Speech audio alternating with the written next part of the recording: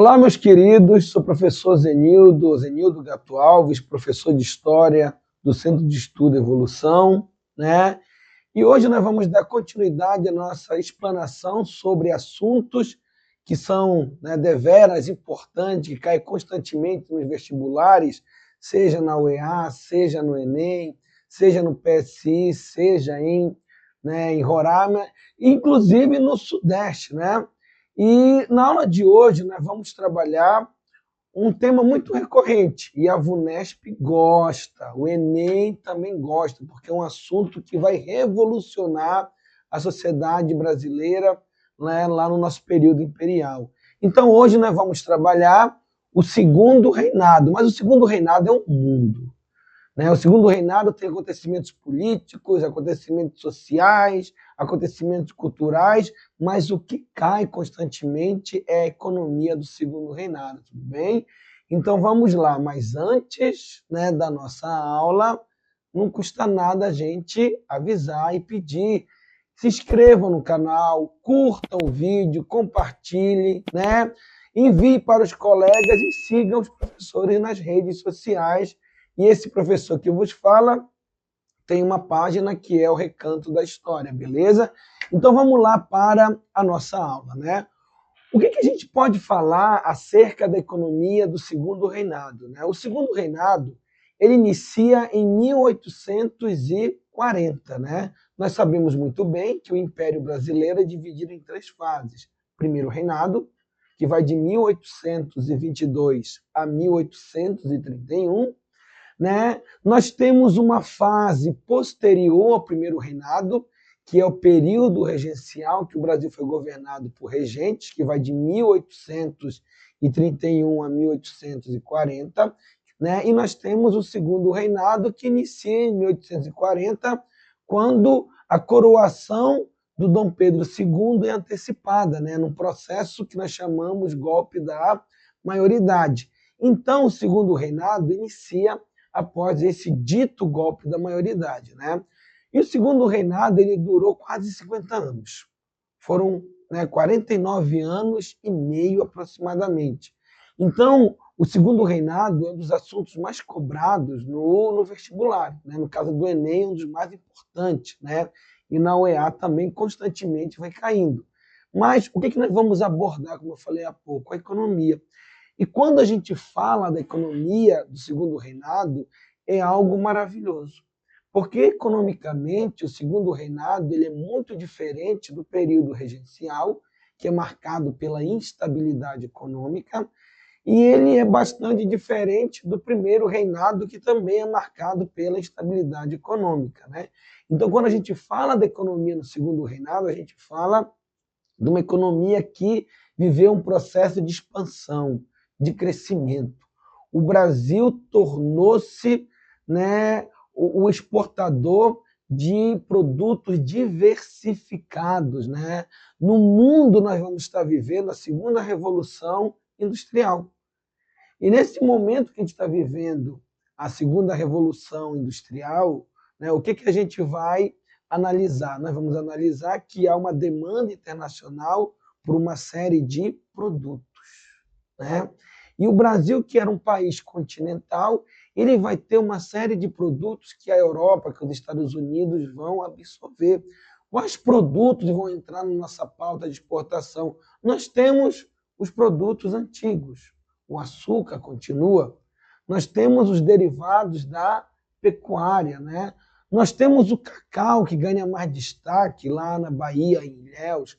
Nós vamos ter o algodão, né, no Maranhão, que vai ganhar importância também. O Brasil tornou-se um dos maiores exportadores de algodão, né? Nós temos também, né, a borracha na Amazônia, inclusive nós temos uma aula sobre economia da borracha. E nós temos o principal produto da nossa pauta de exportação, que vai ser ele, o café. O café vai ser o principal produto da nossa pauta de exportação, né? O que a gente pode falar sobre o café? A gente vai analisar a trajetória do café, né? Como o café ele chega ao Brasil, né? O café ele é uma planta, né, é um produto de origem africana que vai ser introduzido na Europa lá na segunda parte da Idade Média, na chamada Baixa Idade Média, e ao longo dos anos ele vai ganhando destaque. E aqui no Brasil, o café ele foi introduzido primeiramente na Amazônia em 1727, só que ele não se adaptou muito ao nosso solo. O nosso solo não é tão rico, né, em nutrientes. Então, assim, a economia cafeeira ela vai permutar da Amazônia e no final do século XVIII o café ele chega ao Rio de Janeiro, né? E justamente quando o café chega ao Rio de Janeiro, nós teremos uma grande demanda internacional. E a partir de 1840, né, no contexto da segunda Revolução Industrial, os trabalhadores trabalhando 3 turnos, trabalhando à noite, precisando de uma bebida, né, energética para deixar os caras ligados, o café ele vai ser exportado em larga escala para a Europa e para os Estados Unidos, né? Principalmente para o mercado europeu e depois para os Estados Unidos. E como é que nós teremos a economia cafeeira? Como é que ela vai ser? Bem, nós podemos dividir a economia cafeeira em 2 momentos. Nós temos a economia cafeeira no Vale do Paraíba e nós teremos a economia cafeeira no Oeste Paulista, né? O Vale do Paraíba é uma região de fronteira do Rio de Janeiro com São Paulo. Mais ou menos para vocês situarem, nós temos a cidade, né, de Saquarema, lá no Rio de Janeiro. Né? Nós temos a cidade de Vassouras, no Rio de Janeiro. Nós temos a cidade do Bananal, em São Paulo. Nós temos a cidade de Taubaté, em São Paulo. Essa região é a região do Vale do Paraíba. No Vale do Paraíba, né, nós teremos uma elite tradicional. Os vestibulares gostam de comparar as elites. Né? No Vale do Paraíba é uma elite apegada à terra. A terra é a sua fonte de riqueza e é o seu meio de viver. É uma elite que mantém uma prática de relação com a terra, com o tradicionalismo ligada ainda à elite colonial. Né? Então é uma elite tradicional, é uma elite apegada à monarquia. Né? São os barões, né, do café. E outra característica é que no Vale do Paraíba nós vamos ver que a mão de obra utilizada é a escravidão. Né? A escravidão que está entrando em decadência, mas é a escravidão. Porém, a partir de 1860, e isso torna-se bem visível a partir de 1870, há um grande esgotamento do solo, né, nas terras do Vale do Paraíba, devido à economia, né, devido ao café, que é uma planta, né, o cafeiro, que é uma planta que tira o nutriente do solo. Moral da história, há um processo de permuta. Né? O café ele se espalha para regiões como o norte do Paraná, Minas Gerais, Espírito Santo, mas ele chega numa região em São Paulo maravilhosa, que vai ser uma região de terra roxa, muito fértil. Aí nós teremos a economia do café no Oeste Paulista, que ganha destaque entre 1870 e 1930, né? E quando a gente fala do Oeste Paulista, a gente fala da Terra Roxa, né? Que foi imprescindível para o sucesso do café. Além disso, nós vamos ver que no Oeste Paulista surge uma nova elite, uma elite moderna. Professor, como uma elite moderna? É uma elite que não era apegada exclusivamente à terra. A terra não era somente a sua forma de viver. Eles exploravam a terra com a plantação, mas eles investiam, né, no comércio, passaram a investir na indústria. Era uma elite que não vivia exclusivamente no campo, era uma elite que vivia também na cidade, que mantinha uma relação com o mundo urbano, diferente da elite tradicional que vivia no campo e tinha certa aversão, né, às cidades. Então é uma elite moderna, é uma elite que vai abraçar o republicanismo. É justamente no Oeste Paulista que nasce aquela elite republicana que vai governar o Brasil no período republicano, né, que nós chamamos de República Velha, logo após o fim da monarquia, em 89, a 1930. E no Oeste Paulista nós teremos o uso do trabalho livre. Mas, professor, onde é que fica o Oeste Paulista? Né? O Oeste Paulista é onde a gente encontra a cidade de Campinas, onde nós encontramos a cidade, né, de Ribeirão Preto, cidades que vão nascer, que vão crescer, né, com a economia cafeeira. E o café ele vai revolucionar, né, a economia brasileira, dando destaque, claro, para o Sudeste, Rio de Janeiro e para São Paulo. E o café ele vai trazer uma série de transformações. Quais as transformações que o café ele vai trazer para o Brasil? Primeiramente, a urbanização. Né? Nós veremos que onde surgiu um cafezal, vai surgir uma cidade, ainda mais com a criação de uma malha ferroviária, porque em torno das malhas, das estradas de ferro, das malhas ferroviárias, nós vamos ver o surgimento de núcleos urbanos. Então, nós temos um processo de urbanização. Nós teremos um crescimento populacional. Por quê? Porque foi normal. A população normalmente cresceu no mundo.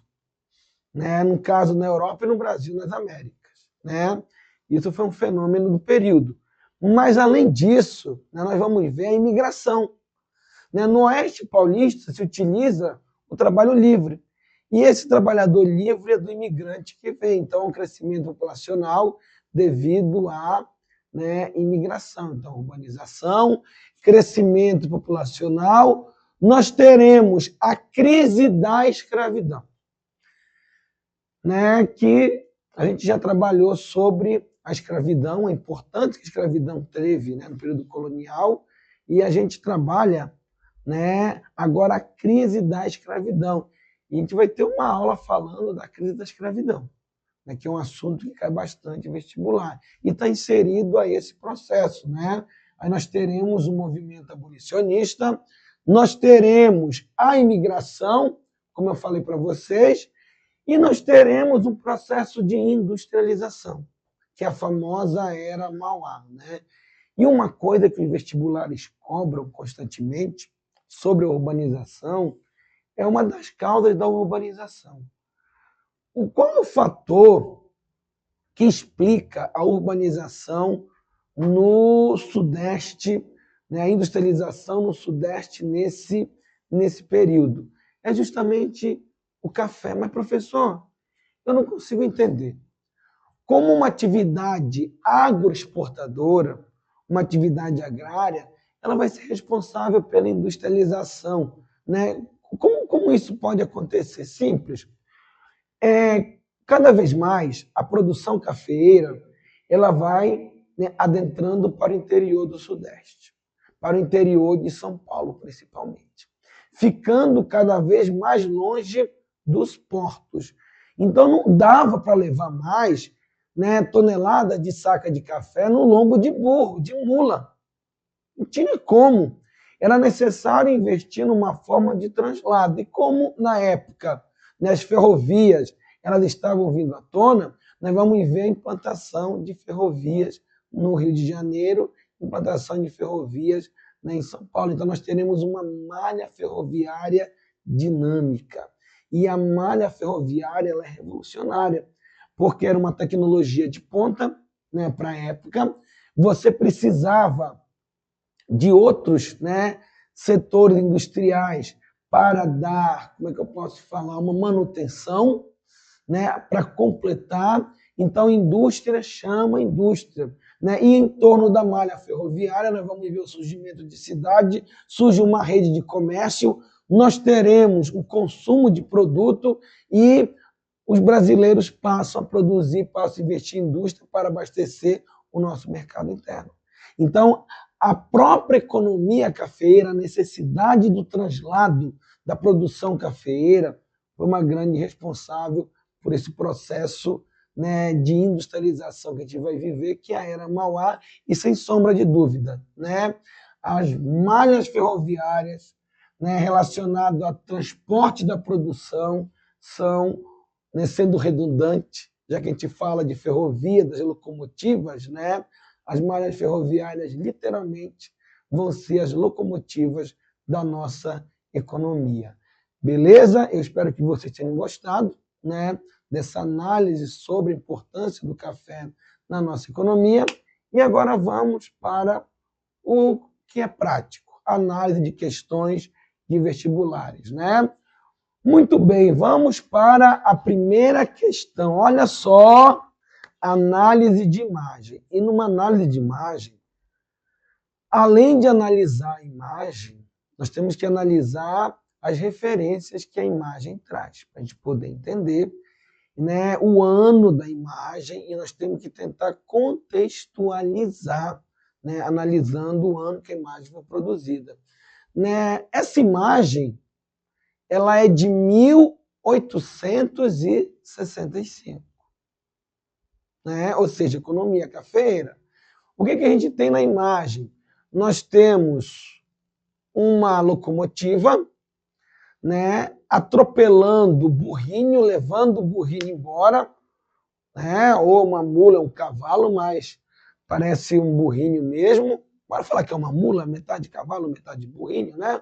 E o que está escrito? Se o inglês do diabo não me paga, a mula prendo-lhe a comitiva. Ou seja, né, é uma crítica, é uma imagem crítica, né? Uma imagem no qual o trabalhador, que era o dono da mula, né, não recebe dinheiro porque ele não está mais trabalhando. Por que ele não está trabalhando? Porque a imagem diz que a locomotiva está passando por cima da mula. Ou seja, nós estamos tendo uma contradição. Uma contradição entre, né, uma forma de trabalho arcaica, que era o translado usado, o carregamento que se usava a mula para o translado do produto, e agora vem uma coisa mais moderna, levando a mula, acabando com a mula, que é o uso da locomotiva. Então vamos para as questões. A charge caricatura o transporte ferroviário em fase de instalação na província de São Paulo na segunda metade do século XIX, mostrando que, olha a porrada que o trem dá na mula, o impacto da modernização tecnológica nas atividades econômicas tradicionais de acumulação de capital. É a letra A. Professor, não entendi, simples. Né? Lembra que eu falei? Cada vez mais a produção estava indo para o interior, os cafezais. Então não dá mais para utilizar a mula. Então os trabalhadores que usavam mula e ganhavam dinheiro transladando o café, eles são postos para o lado. Então nós teremos um impacto na modernização do translado da produção com o translado antigo, né? Então é a letra A. Letra B, a transferência da tecnologia de fabricação de locomotivas a vapor, né, do Parque Industrial Britânico para a cidade de São Paulo. Não, porque as locomotivas elas eram produzidas na Inglaterra, só montadas aqui. E nesse período ainda não tem ainda, né, uma base para se produzir tecnologias da locomotiva a vapor no Brasil. Isso daí é uma coisa mais lá na virada do século XIX para o XX. O efeito das novidades tecnológicas na transformação da mentalidade economicamente conservadora do empresariado paulista. A imagem não fala do empresário. A imagem fala que essa modernização está atingindo o trabalhador que usava a mula para o translado. Né? Letra D. A oposição de setores das classes dominantes brasileiras à exploração das riquezas da nação pelo imperialismo inglês. Quem está fazendo a oposição não é a elite, é o trabalhador. Né? E não é uma oposição ao imperialismo inglês, é uma oposição ao uso de ferrovias em vez do uso de mulas. Né? Letra E. Os ganhos monetários da oligarquia cafeeira com o advento de novos meios de transporte. Aí não está dizendo que a elite está ganhando. A imagem não mostra isso, a imagem mostra uma contradição. Beleza? Portanto, meus queridos, né, o gabarito correto é a letra A. Beleza? Vamos lá para a segunda questão. Né? Segunda questão, olha aí, em direção ao oeste da província de São Paulo, terras desabitadas foram sendo ocupadas pelos latifúndios produtores de café. Dois problemas cruciais se colocavam para os cafeicultores nessa expansão para o oeste. Em primeiro lugar, as novas fazendas localizavam-se cada vez mais longe do Porto de Santos, por onde escoavam sua produção para o mercado externo. Outro desafio foi o fim do tráfico negreiro internacional em 1850. Bem, então o texto ele apresenta duas problemáticas, né? A distância da produção dos portos, e se está longe é necessário encontrar uma forma alternativa para transladar o produto, e aí é a ferrovia, né? Óbvio. E o outro problema é a mão de obra, né? A escravidão está com seus dias contados, né? Além disso, havia toda uma prática de querer o embranqueamento da sociedade. Então, nós vamos ver que nesse período se investe também na imigração europeia, beleza? Vamos lá analisar. As alternativas encontradas para superar, na segunda metade do século XIX, os dois problemas cruciais citados no excerto correspondem, letra A, a criação de portos fluviais na Bacia do Prata e ao desrespeito à proibição do tráfico. Mano, tá errado. Bacia do Prata é Uruguai, né? É Argentina. O que de acho o nosso café ia fazer nessa região? E, além disso, não houve de respeito, né, à lei Eusébio de Queiroz, que proibiu o tráfico. Né? Letra B. Ao retorno dos latifúndios para áreas vizinhas do litoral e ao estímulo à imigração de bolivianos. Primeiro, que a imigração europeia. E segundo, que o texto deixa bem claro, cada vez mais a produção entrava para o interior, mais se distanciava dos portos. Letra C. A fundação de cidades no oeste de São Paulo e o uso de indígenas escravizados. Pelo amor de Vargas, indígenas escravizados. A gente sabe que lá em 1757 a escravidão indígena acabou, quando foi criado o Diretório dos Índios, o Diretório Pombalino. Letra D. O aumento do mercado interno para o café e a ampliação do comércio com a Argentina. Essa era a Mercosul, para ter comércio com a Argentina. Né? E o café não vai ser absorvido internamente, é no mercado internacional, né? No mercado externo. Letra E. A abertura de estrada de ferro e a mecanização de parte da produção. Né? Então, meus queridos, a alternativa correta, né, é a letra E, sem nenhuma dúvida. Beleza? Vamos para a terceira questão. Olha uma imagem, de novo. Lembrando que o Enem e a UEA gostam de imagens, né? Análise de imagens, interpretação de texto. Né? Não são tão conteudistas. Uma coisa mais conteudista é o PSI e Roraima. Enem e a VUNESP, no caso a UEA, gostam de análise da imagem. O que nós temos nessa imagem? Observe o mapa da expansão da cafeicultura nos estados de São Paulo e Rio de Janeiro no século XIX e XX. Né? Olha as setinhas aqui. Ó. O café está saindo do Vale do Paraíba e indo para Minas Gerais, indo para o Paraná, né? Indo para o Espírito Santo.